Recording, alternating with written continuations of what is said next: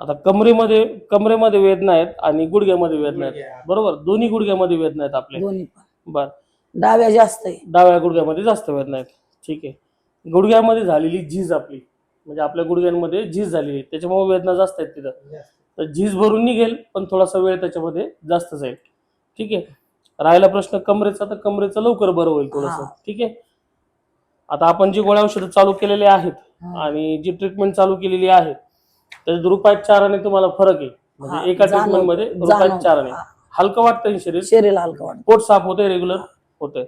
चालणं फिरणं चालू केलं ना, किती वेळ चालतंय रोज? तरी लईतले अर्धा घंटा. अर्धा तास चालतंय रोज. सकाळी अर्धा तास, संध्याकाळी अर्धा तास, बरोबर? पहिले चालत होते का? चालायची पण कमी चालत होते, आता जास्त चालायला लागले. ठीक आहे. आता जसं जसं आपण ट्रीटमेंट करत जाऊ तसं तसं ह्याच्यामध्ये रिझल्ट चांगले येतील. ठीक आहे. थोडा टाइम द्या, टायमिंग नुसार हे रिझल्ट चांगले येतील आपले. ओके, चला.